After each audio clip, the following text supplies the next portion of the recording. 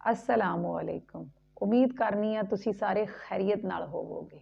एक हिंदू हरी सिंह नलवा दी जुर्रत, बहादरी ते दबदबे दे वाकयात बहुत ही खूबसूरती नाल बयान करन दिया है। ते ओ जंगां जड़ियां उन्होंने अपनी जिंदगी च लड़ियां ते खालसा राज नूं अगे वधाया। इस सारे वाकयात दे मुतलक, उन्हां दी हिस्टरी दे मुतलक असी डिटेल नाल अज दी वीडियो विच जाणांगे। उस तो पहले सारे सिख वीरां अगे बेनती है कि वीडियो नूं स्किप नहीं करना, एंड तक जुड़े रहना। उम्मीद करनी है वीडियो तुहाडे वास्ते इंटरस्टिंग साबित होएगी। सो चल के पहले वीडियो वेखने हैं, फिर उससे गलबात करने हैं। गो। उन्होंने वार किया और तलवार ढाल को बीच से काटती हुई पठान के शरीर को चीरती हुई निकल गई। 20वीं सदी के शुरुआत में ये देखने को मिला कि श्रीनगर में श्री गुरु हरगोबिंद की जयंती समागम पर चल रहे लंगर में मुसलमान भी सेवा देते दिखाई देने लगे थे। इस गुरुद्वारे का निर्माण सरदार हरि सिंह नलवा ने करवाया था। पेशावर नाम का सिर्फ एक शहर ही नहीं था, बल्कि एक बहुत बड़ा इलाका था। इस इलाके में माताएं अपने रोते हुए बच्चों से आज भी कहती हैं कि चुप हो जाए बेटा, वरना हरि सिंह आ जाए। तभी उनके पास एक आदमी जो कि हिंदू था वो आया और मदद के लिए गुहार लगाने लगा। जैसे ही दुल्हन को लेकर बारात घर वापस पहुंची, वहां के अफगानों ने दुल्हन को किडनैप करके मिचनी के खान के हवाले कर दिया कि जब वो ठान लेते थे तो उन्हें किसी भी चीज की कोई परवाह नहीं होती थी। कई दूसरी अफगान औरतों के साथ लौटे जो कि सिख धर्म को अपनी मर्जी से अपनाना चाहती थी। उनकी शादियां भी सिखों के साथ करवाई गई। सरदार साहब ने झटके से अपनी तलवार मयान से निकाली, उसकी ओर घूमे और दहाड़ कर बोले कि ये है मेरा रखवाला, कि तुम में से जिसको भी अपनी जिंदगी से प्यार नहीं है सिर्फ वही मुझ पर वार करे। और अब उनको लगने लगा था कि शायद अब इस हरकत की सजा उनको पूरे खानदान की लाशों से चुकानी पड़ेगी। कि सरदार नलवा ने उत्तर दिया कि मेरी तलवार खून मांग रही है, और वो गुस्से में वहां से चले गए। जिनको इन बातों पर विश्वास नहीं होता वो आकर 4 महल के इलाके में पठानों की कब्रें देख लें जो लाइनों में दूर तक फैली हुई। एक बार पार जे अटक दे मैं लंग गया, फड़ के पठान वांगू चावला दे छड़ांगा।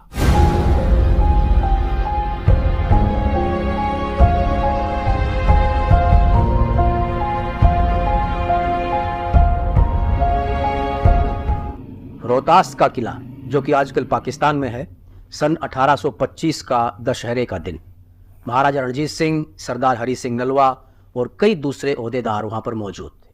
महाराजा सरदार नलवा की फौज का इंस्पेक्शन कर रहे थे। फौजियों ने उस दिन एक खास ड्रेस पहनी हुई थी जिसमें कमर के चारों तरफ जरीदार कमरबंद था। इस ड्रेस और उसमें तैयार सेना को देखकर महाराजा बहुत खुश दिखाई दे रहे थे। जैसे ही उस दिन इंस्पेक्शन खत्म हुआ, वहां से फौज अटक की तरफ रवाना हो गई। उससे अगला साल आधा ही बीता था कि महाराजा रणजीत सिंह ज्वाला जी की तीर्थ यात्रा पर जाते वक्त बीमार पड़ गए। उनकी हालत इतनी खराब हो गई थी कि दोस्ती के नाते अंग्रेजों ने ब्रिटिश सर्जन डॉक्टर मुर्रे को उनके इलाज के लिए भेजा।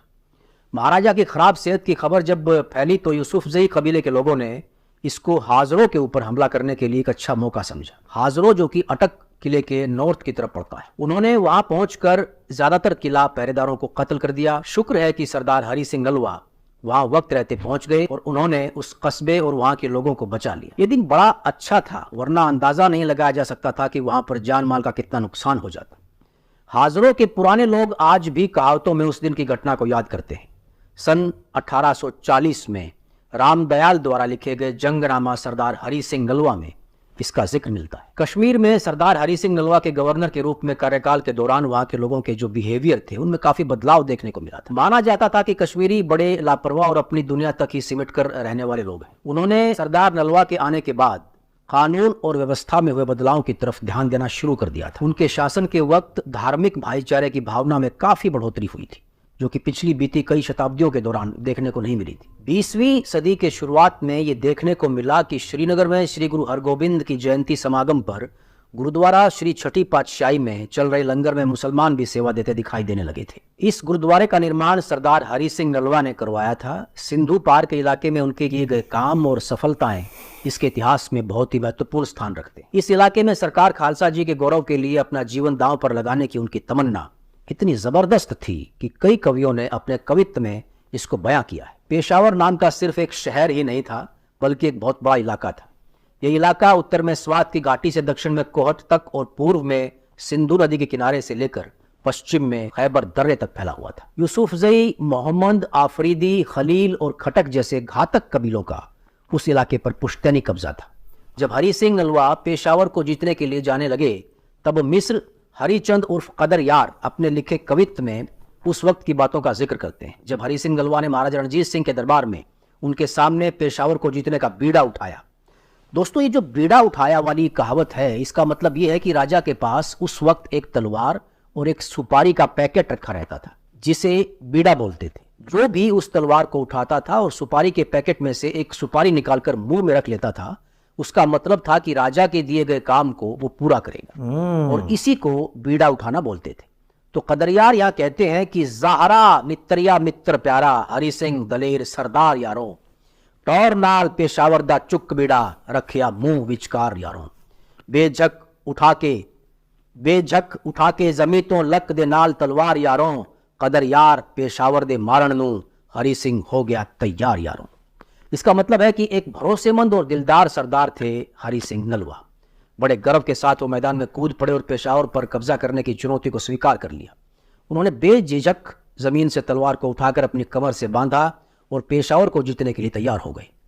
एक दूसरी फेमस लड़ाई जिसे बैटल ऑफ नौशेरा कहा जाता है, जो सन 1823 में अफगानों और सिखों के बीच लड़ी गई थी। अटक के पार सरदार हरि सिंह ने इस लड़ाई में खालसा सेना की अगुवाई की थी। उन्होंने सबसे पहले खटक कबीले को हराकर काबू किया था और उसके बाद अकोरा कस्बे पर कब्जा कर लिया था। उसके बाद उन्होंने जहांगीरा में यूसुफजई फोर्ट को जीता और उस पर कब्जा किया। जब दरबार में महाराजा ने उनको ये जिम्मेदारी सौंपी तो उस वक्त का ये वाकया कवि ने लोकगाथा के रूप में इस तरह लिखा है। मार के भबक हरि सिंह उठ खड़ा हुंदा, अभी सरकार में पेशावर उत्ते चढ़ांगा, आप दे कारज विच ढील ना गुजारो जरा, देवाना शरीर जा मैदान विच लड़ांगा, एक बार पार जे अटक दे मैं लंघ गया, फल के पठान वांगू चावला दे छड़ांगा। सीताराम फिक्र ना करो राता जिने, खैबर दे खान देखो हुणे जाए फड़ांगा। यहाँ कवि कहते हैं कि सरदार नलवा दहाड़ के साथ खड़े होते हैं और महाराजा से कहते हैं कि अभी जाकर पेशावर के इलाके में हमला करूंगा।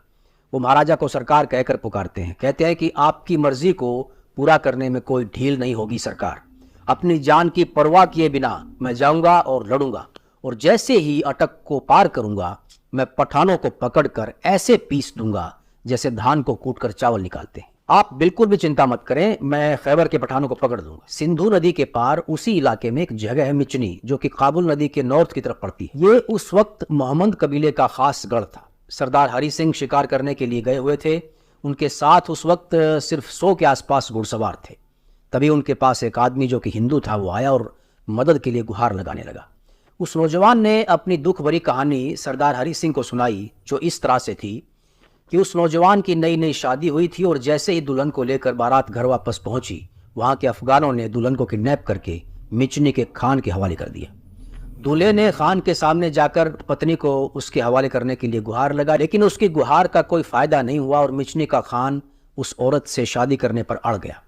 मिचनी के खान के पास उस वक्त 500 लड़ाकों वाली सेना थी और उस वक्त सरदार हरि सिंह के पास सिर्फ 100 घुड़सवार थे, जो उसके आगे काफी कम थे। लेकिन सरदार हरि सिंह नलवा की यही खासियत थी कि जब वो ठान लेते थे तो उन्हें किसी भी चीज की कोई परवाह नहीं होती थी। वो उस नौजवान की पत्नी को बचाने के लिए चल पड़े। खान अपने 500 अफगानों के साथ सिंहों की चुनौती का जवाब देने के लिए अपने किले से निकला। वहां पर भीषण लड़ाई हुई जिसमें खान मारा गया। उसके बाद खान के लड़के ने किले से सिंहों को ललकारा, उसका भी वही अंजाम हुआ, वो भी लड़ाई में मारा गया। उसके बाद उस दुल्हन को छुड़वाकर वो वहां से कई दूसरी अफगान औरतों के साथ लौटे जो कि सिख धर्म को अपनी मर्जी से अपनाना चाहती थी। बाद में उन्होंने सिख धर्म को अपनाया और रीति रिवाज के अनुसार उनकी शादियां भी सिखों के साथ करवाई गई। अपनी किताब Hari Singh Nalwa champion of the Khalsa ji में लेखक वनीत नलवा इस पूरे वाकये का जिक्र करते हैं। स्वात नदी के किनारों पर यूसुफजइयों का एक कस्बा है चारसड्डा।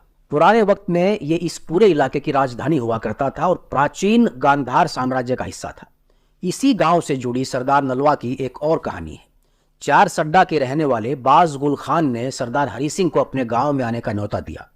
उसने सरदार नलवा से कहा कि सरदार साहब, मैं बहुत गरीब आदमी हूं और मैं ज्यादा लोगों के स्वागत और खाने पीने का खर्च नहीं उठा सकता, इसलिए आप अकेले आइए। अगर आप मेरे न्योते को स्वीकार कर लेते हैं तो मुझ जैसे गरीब आदमी के ऊपर ही आपकी एक बहुत बड़ी मेहरबानी होगी। सरदार साहब ने उसके न्योते को स्वीकार कर लिया और अपने 5 हथियारों से लैस होकर वो अपने घोड़े पर सवार हुए और उसके पास जाने के लिए निकल पड़े। जब वो वहां पर पहुंचे तो वहां पर इकट्ठा हुए खानों ने उनका मीठे शब्दों से स्वागत किया, लेकिन उनके मन में खोट था। उन सब ने इकट्ठा होकर सरदार हरि सिंह को सम्मान के साथ आसन पर बिठाया। वो सभी ऊपर से हंसी मजाक कर रहे थे और अंदर से खुश थे कि वो खुद चलकर अकेले उनके बिछाए जाल में आकर फंस गए। आखिर बाज गुल खान ने सबसे कहा कि इस काफिर के आने से हमारा धर्म भ्रष्ट हुआ है, और फिर उसने सरदार हरि सिंह से कहा कि अगर हम तुमको अभी मारकर मिट्टी में मिला दें तो बताओ कौन बचाने तुम्हें आएगा यहाँ। सरदार साहब ने झटके से अपनी तलवार मयान से निकाली, उसकी ओर घूमे और दहाड़ कर बोले कि ये है मेरा रखवाला। फिर गुल खान को चेतावनी देते हुए कहा कि तुम में से जिसको भी अपनी जिंदगी से प्यार नहीं है सिर्फ वही मुझ पर वार करे। दोस्तों, कहते हैं कि सरदार हरि सिंह नलवा की दहाड़ इतनी जबरदस्त होती थी कि वार करने से पहले ही दुश्मनों के कलेजे कांप जाया करते थे। यहां भी ऐसा ही हुआ। जैसे ही उन्होंने गर्जना करते हुए तलवार निकाली, वहां पर मौजूद अफगानों के दिमाग की बत्ती गुल हो गई। अब इस आग से कौन खेले? वो सब खड़े रह गए और अब उनको लगने लगा था कि शायद अब इस हरकत की सजा उनको पूरे खानदान की लाशों से चुकानी पड़ेगी। अब माफी के अलावा कोई दूसरा चारा नहीं था। उन्होंने खालसा सरदार से गलती के लिए माफी मांगी। उनको एहसास हो चुका था कि उनसे बहुत बड़ी गलती हो गई थी। सीताराम अपने कवित्व में कहते हैं कि सरदार नलवा ने उत्तर दिया कि मेरी तलवार खून मांग रही है, और वो गुस्से में वहां से चले गए। कविता और कहावतों में सरदार हरि सिंह के अनगिनत किस्से हैं। सरदार नलवा के व्यक्तित्व और उनकी बहादुरी के किस्सों से कुछ बातें हम यहाँ आपके साथ साझा करते हैं। दोस्तों, जब सरदार नलवा लड़ाई के मैदान पर लड़ रहे होते थे तो इतनी ताकत से वो वार करते थे कि झटके में सर धड़ से अलग होकर जमीन पर लुढ़कते हुए नजर आते थे। उनकी तलवार इतनी तेजी से चलती थी कि दिखाई ही नहीं देती थी। सीताराम अपने कवित्व में कहते हैं कि लड़ाई में उनको देखकर 9 सिखियों के हाथों से हथियार छूटकर नीचे गिर जाया करते थे, और दूसरे जो सैनिक थे जब तक आंख खोलते तब तक सर धड़ से अलग हो चुका हो। बहुत सारे लोग उनके सामने ना आ जाएं और उनसे बचने के लिए इस तरह भाग जाते थे जैसे ढलान से पानी नीचे की तरफ भागता है। जब उनके साथ लड़ाई में शामिल लोग अपना अनुभव बताते थे तो कहते थे कि एक बार उनकी तलवार चमकती हुई दिखाई देती थी और अगले ही पल शरीर के कटे हुए अंग जमीन पर बिखरे पड़े होते थे। अपने किस्सों में कवि और इतिहासकार कहते हैं कि जिनको इन बातों पर विश्वास नहीं होता वो आकर 4 महल के इलाके में पठानों की कब्रें देख लें जो लाइनों में दूर तक फैली हुई हैं और लड़ाइयों में उनके द्वारा किए गए दुश्मनों के कत्लेआम की गवाह हैं। डम्स्टेटर, जो कि एक फ्रेंच लेखक और इतिहासकार थे, वो सन 1886 में भारत आए और उन्होंने अफगानों के लोकप्रिय गीतों का एक कलेक्शन किया और फिर उनको ट्रांसलेट किया। उनके द्वारा लिखे गए लेखों में उन्होंने हरि सिंह नलवा का परिचय दिया है। वो कहते हैं कि हर साल हरि सिंह बहुत सारे बहादुर अकालियों के साथ यूसुफजइयों को ढूंढते हुए दुर्गम पहाड़ों के अंदर दूर तक उनकी छुपी हुई गुफाओं में उनसे टैक्स वसूल करने के लिए जाते थे। उनकी मौत के कई सालों के बाद भी इस इलाके में माताएं अपने रोते हुए बच्चों से आज भी कहती हैं कि चुप हो जाए बेटा वरना हरि सिंह आ जाएगा। और आज भी वहां पर बूढ़े बुजुर्ग उन जगहों को आपको दिखा देंगे जहां पर उस शेर योद्धा हरि सिंह ने उनका पीछा किया था और उन्होंने मुश्किल से अपनी जान बचाई थी। वो महान योद्धा 30 अप्रैल 1837 को जमरूद की लड़ाई को जीतने के बाद शहीद हो गया। एक दूसरे विदेशी लेखक ओलाफ कैरो लिखते हैं कि हरि सिंह उस इलाके में पहले सिख गवर्नर बने थे। उनको सिंध और हजारा के इलाके में एक बहादुर घुड़सवार सेनापति के तौर पर जाना जाता था। ये तेज सिख जनरल अब पेशावर और आसपास के इलाकों में घर घर में गूंजने वाला एक नाम बन गए थे। 20वीं शताब्दी की शुरुआत के दिनों में हरनाम सिंह ने एक किस्सा बयान किया जो इस महान जनरल के बारे में एक आफरीदी जो कि खैबर पख्तूनख्वा के रहने वाले थे उन्होंने उनको बताया था।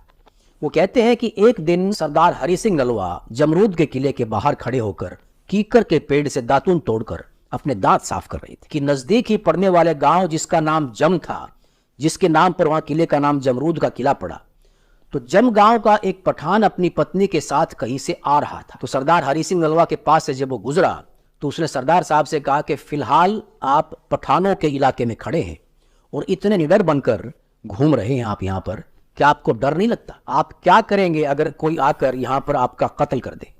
सरदार नलवा ने जो जवाब दिया वो सुनने लायक है और बताता है कि वो कितने स्पिरिचुअल और डाउन टू द अर्थ इंसान थे। उन्होंने कहा कि खान, हम गुरु गोविंद सिंह के सिख हैं और वो मुश्किल से मुश्किल और घोर संकट में हमारी मदद करते हैं। पठान बोला तो आओ मेरे साथ हैंड टू हैंड लड़ाई करेंगे, देखते हैं तुम्हारी बात में कितना दम है। पठान ने कहा कि नजदीक ही मेरा गांव है, वहां पर मेरे साथ चलो, मैं अपनी पत्नी को अपने घर पर छोड़ता हूं और फिर हम लड़ेंगे, और मैं गारंटी देता हूं कि वहां पर और कोई आपको छुएगा भी नहीं, ये मेरी जबान है आपको। सरदार नलवा जैसे थे वैसे ही उसके साथ चलने के लिए राजी हो गए और वो उसके इलाके में चले गए। पठान ने सिख जनरल को एक तलवार और एक ढाल दी और खुद भी ले ली। सारा गांव वहां पर इकट्ठा हो गया लड़ाई को देखने के लिए। सरदार नलवा ने पठान को पहला वार करने के लिए कहा।